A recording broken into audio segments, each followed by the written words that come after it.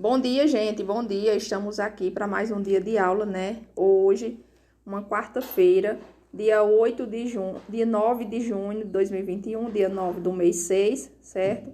E nossa primeira aula de hoje vai ser a atividade de ciências. Para nossa atividade de ciências, vocês irão pegar o livro aí na página 32, certo?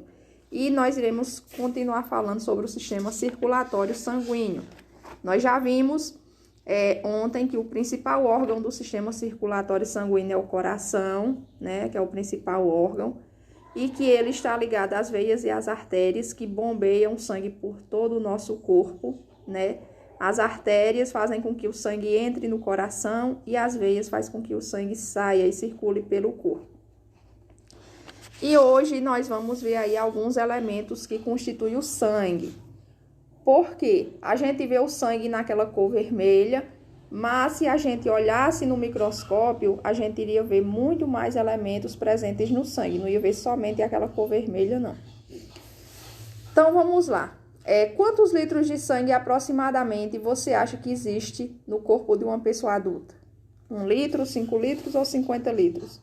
Essa questão aí não tem nem dúvida, né?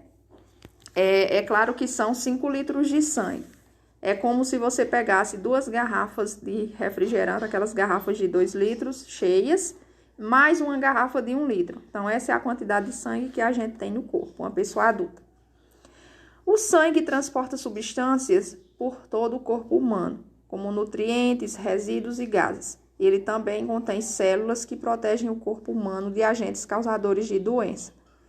O sangue é composto por um líquido chamado plasma, de plaquetas e de células, como glóbulos vermelhos e os glóbulos brancos.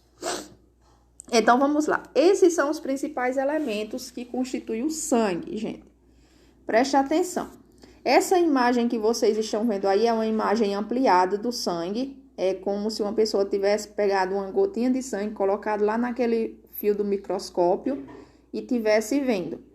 Então, são essas imagens aí que a gente veria se a gente olhasse o nosso sangue no microscópio. Para você ver que ele não é só vermelho. O sangue, ele contém glóbulos vermelhos, que também recebe o nome de hemácias, que são esses aqui, ó. Preste atenção. Os glóbulos vermelhos, ou hemácias, né? São células responsáveis pelo transporte de gás oxigênio e de gás carbônico por todo o corpo humano. Então, os glóbulos vermelhos, eles são responsáveis por isso.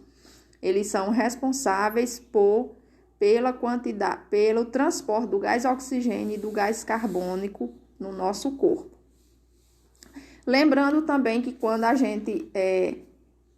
os glóbulos vermelhos são aqueles que têm maior quantidade no sangue. Quando esses glóbulos vermelhos diminuem, quando essas hemácias diminuem, aí é bem provável que a gente esteja aí com uma anemia, né?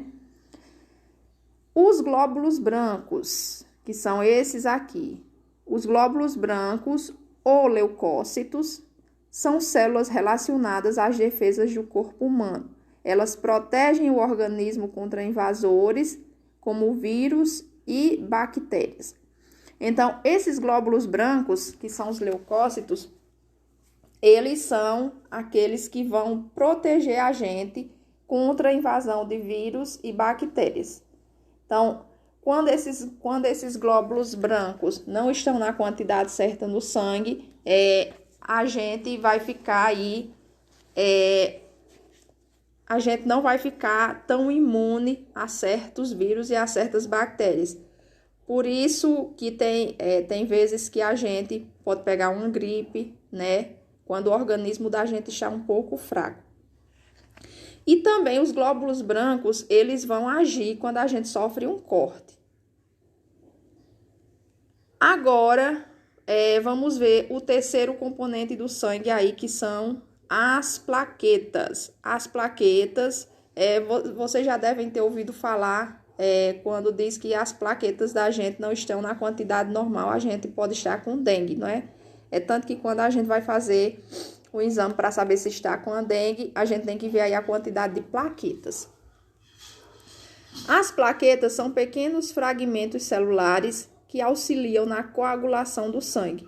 isto é, formam substâncias que evitam a perda do sangue. Então, aí, olha aí as plaquetas, aí está representada aí nesse sangue ampliado, né? Então, é como se fosse assim, se você sofrer um corte, aí o que vai acontecer? As plaquetas, elas vão se juntar lá naquele canto que você sofreu o corte, para tentar evitar que você perca sangue do seu corpo, tá entendendo? Então, você sofreu um corte, aí as plaquetas já ficam avisadas disso. Então, elas correm lá para o local onde você foi ferido e vai tentar evitar que esse sangue saia do seu corpo. E também elas auxiliam na coagulação. Coagulação, gente, é um tipo de no sangue que ocorre no sangue para ele não ficar coagulado. Quando uma pessoa vai ser operada, ela tem que fazer esse exame também de coagulação sanguínea para saber se o sangue dela está bem, se ela está pronta para ser operada. Agora vamos ver aí outro componente do sangue, que é o plasma. O plasma é um líquido amarelado que constitui cerca da metade do volume do sangue do corpo humano. Nele há substâncias como água, proteínas, nutrientes e hormônios. Então, olha aí do lado aí, gente, o plasma sanguíneo, como é. É como se separasse. Esse plasma aí, ele foi separado do sangue. Então, ele ficou um líquido amarelado, plasma sanguíneo. Então, nós vimos aí 4 componentes do sangue. Os glóbulos vermelhos, que são as hemácias, os glóbulos brancos, que são os leucócitos, as plaquetas e o plasma sanguíneo, certo?